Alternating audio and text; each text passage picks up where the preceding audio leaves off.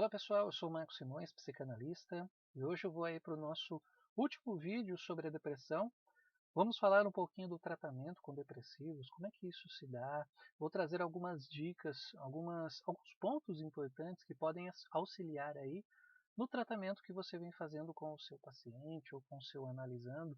Lembrando que o meu foco aqui é mais psicanalítico, existem várias linhas que podem trabalhar aí com a depressão.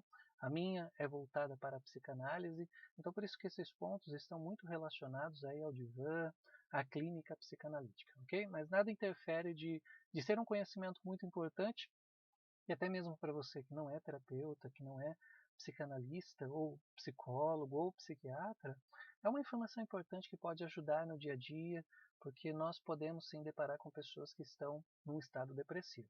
Vamos então ao nosso vídeo de hoje. O primeiro ponto é a importância de ter um ambiente de aceitação, um ambiente de respeito, que hajam aí esforços compassivos do analista, do terapeuta, para lidar com as questões do paciente depressivo, né?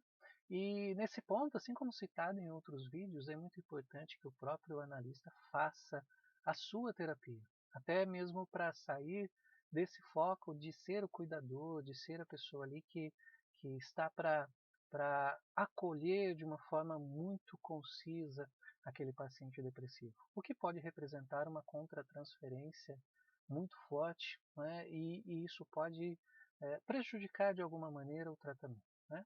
Então é muito importante que se faça também a terapia para que consiga lidar com as suas próprias questões. Lembrando que nem sempre é fácil estar observando e perceber que está num processo de contratransferência.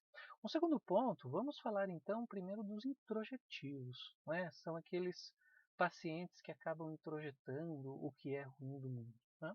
Eles estão muito mais focados na rejeição, porque eles se sentem rejeitados, eles se sentem desaprovados.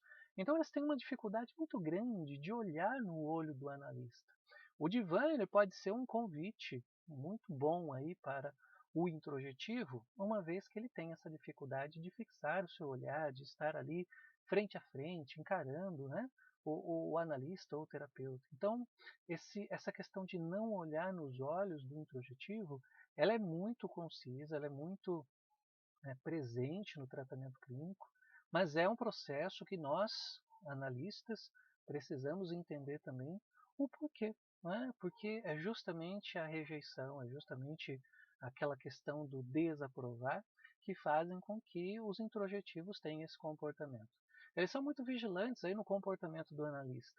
E qualquer movimento, qualquer ação que eles percebam como sendo, né, não que seja, mas como sendo uma desaprovação, isso pode trazer outras consequências aí para o tratamento. Já quando a gente fala dos anaclíticos, que são aqueles que perderam o objeto amado e eles estão nesse sofrimento, nessa depressão, justamente por ter perdido o objeto amado, eles gostam muito mais de falar das suas questões, como foi falado já em vídeos anteriores. Eles gostam de falar do objeto perdido, eles são bastante apegados, né? E nessa questão do apego, o próprio processo analítico vai fazendo com que os sintomas diminuam, porque seria como se eles transferissem uma parte, né, essa parte do objeto amado para o próprio analista. Então, eles têm assim uma tendência a diminuir os sintomas da depressão quando eles têm o analista como parte desse processo do objeto perdido. Então, eles gostam muito mais de falar, eles não se importam tanto em olhar para o analista, assim como os introjetivos são o oposto disso, eles não gostam muito de encarar. Até mesmo por isso que nós falamos que depressivos costumam olhar para baixo, não olhar para frente, né? Por outro lado, os anaclíticos têm uma dificuldade muito grande aí de trabalhar terapias breves, né? Ou seja, mas tem uma dificuldade aí para confiar no analista, para criar um vínculo.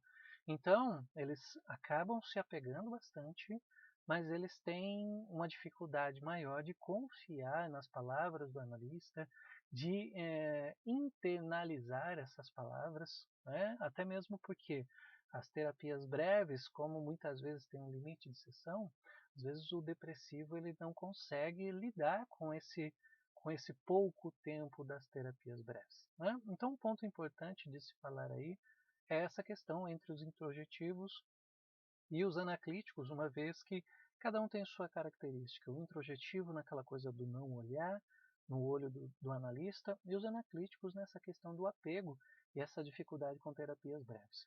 Como nós estamos falando de terapias breves, vamos falar também por que nem sempre, quando a gente fala de psicanálise, a terapia breve ou um número de sessão, isso acaba sendo aí não tão positivo para o tratamento.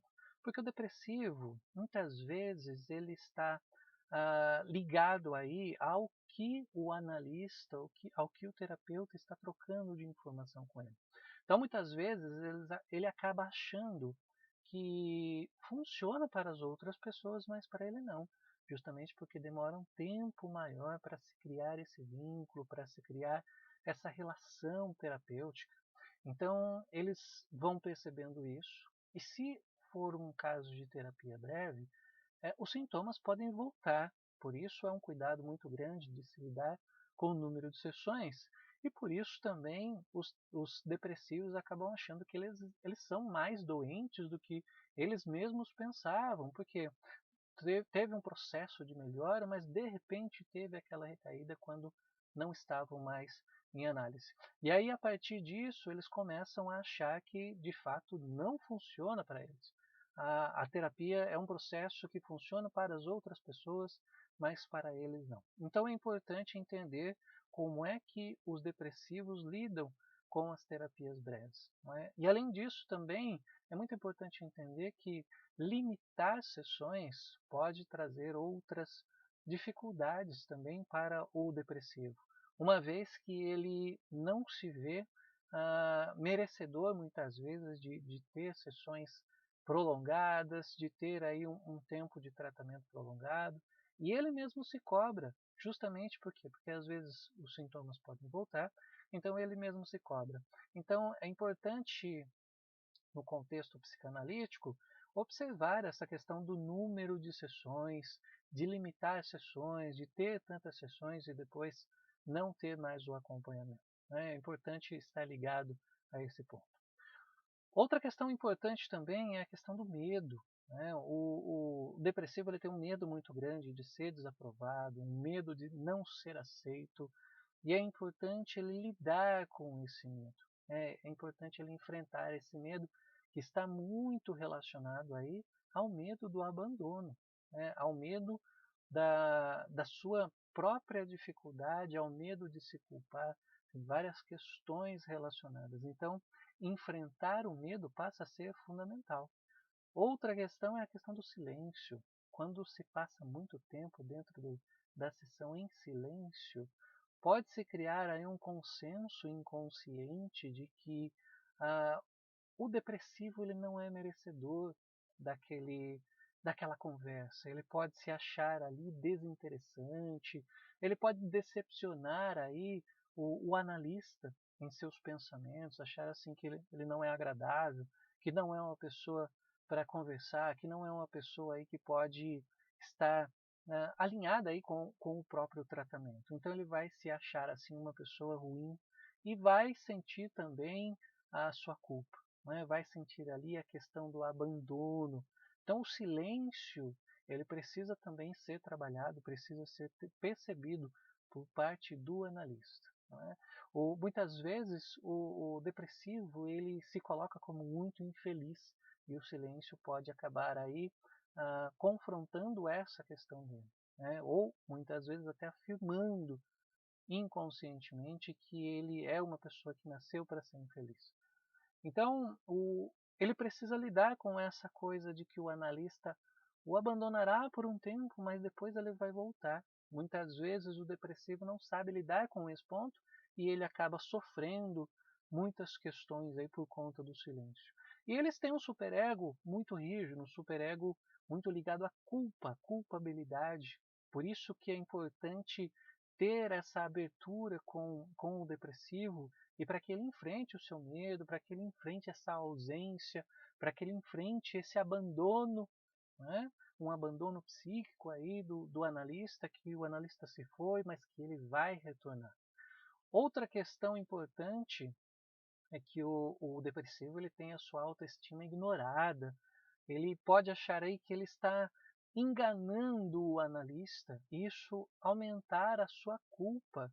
A culpa, qual culpa? De não ser uma pessoa interessante, e isso está fazendo o analista se distanciar dele. Esse pensamento que vem vai apenas afirmando que ele é uma pessoa que não é interessante, que não tem uma conversa legal e que o próprio analista não gostou de conversar com ele. Então, por isso é muito importante entender esses pontos, essas implicações clínicas que podem acontecer durante um processo de tratamento com os depressivos. E, além disso, também sempre incentivar a enfrentar o seu superego. Existem linhas terapêuticas e, como falei, o meu foco aqui é mais a psicanálise, existem linhas terapêuticas que são mais voltadas para o ego. Né? No caso dos depressivos, nós precisamos incentivar o enfrentar o superego, que é o superego que traz essa culpabilidade muito grande, é o superego que vai trazer esse comportamento depressivo. Então, no caso dos depressivos, nós lidamos com o superego, com aquelas vozes, com aquelas frases, com aquela tendência a se achar uma pessoa que não é interessante. Na clínica, o depressivo ele é muito obediente. Ele é muito obediente, ele segue a risca, ele não atrasa pagamento, ele tem aí suas características de ser pontual. Né? Pode acontecer? Pode, sem dúvida, pode acontecer com qualquer pessoa, mas com o depressivo, se isso acontecer, ele vai se cobrar muito por aquilo que aconteceu. Então, o que ele tende a fazer? Ele tende a ser muito obediente. E o que nós fazemos na clínica, então? Nós incentivamos esse enfrentar, esse desobedecer, e uma vez que ele atrasou um pagamento, atrasou o horário da consulta, qualquer coisa desse tipo, nós, como analistas, nós temos que ter a percepção de que precisamos incentivar, fazer com que isso aconteça, porque isso vai fazer com que ele confronte o seu superego. Então, são regras de dentro da clínica que podem auxiliar no tratamento. Além disso, quando ele passa por um processo de depreciar o próprio analista, né, desvalorizar o próprio analista, é sinal que a sessão está fazendo efeito. É um processo diferente. Por quê? Porque ele está colocando a sua raiva para fora. Então nós vemos aí um progresso da terapia. Né? Então ele está colocando, ao invés de se depreciar, ele está depreciando, desvalorizando o analista. Então ele não está direcionando alguma raiva para o seu self, como se ele fosse o culpado, como se ele fosse desinteressante, e está colocando aí essa raiva no analista. Então por isso que é importante incentivar, é como se isso fosse de fato um triunfo para o depressivo. Né? E um outro ponto também dentro da clínica é incentivar a tomada de decisão. O depressivo ele tem essa dificuldade em tomar decisões sobre a terapia, como por exemplo, quando devo parar. Isso deve ser incentivado porque isso está ligado também à sua culpabilidade, ao seu superego. Então são pontos aí que devem ser trabalhados de forma bastante flexível, não pode ser rígida. Se o terapeuta for muito rígido em falar que ele não pode faltar, que não pode parar, que tem que continuar, isso pode soar como um agravamento do seu problema, por ele achar que ele realmente é muito doente, ele é realmente uma pessoa muito ruim e que não merece parar. Então são flexibilizações que devem ter dentro da clínica e, claro, entendendo cada aspecto, entendendo cada paciente, entendendo o processo que está sendo feito, então tudo precisa ser analisado, ok? Esse é o vídeo de hoje, mas me fala de você. Já atendeu alguém que é depressivo? Como foi esse tratamento? Como foi para você passar por esse processo, ok?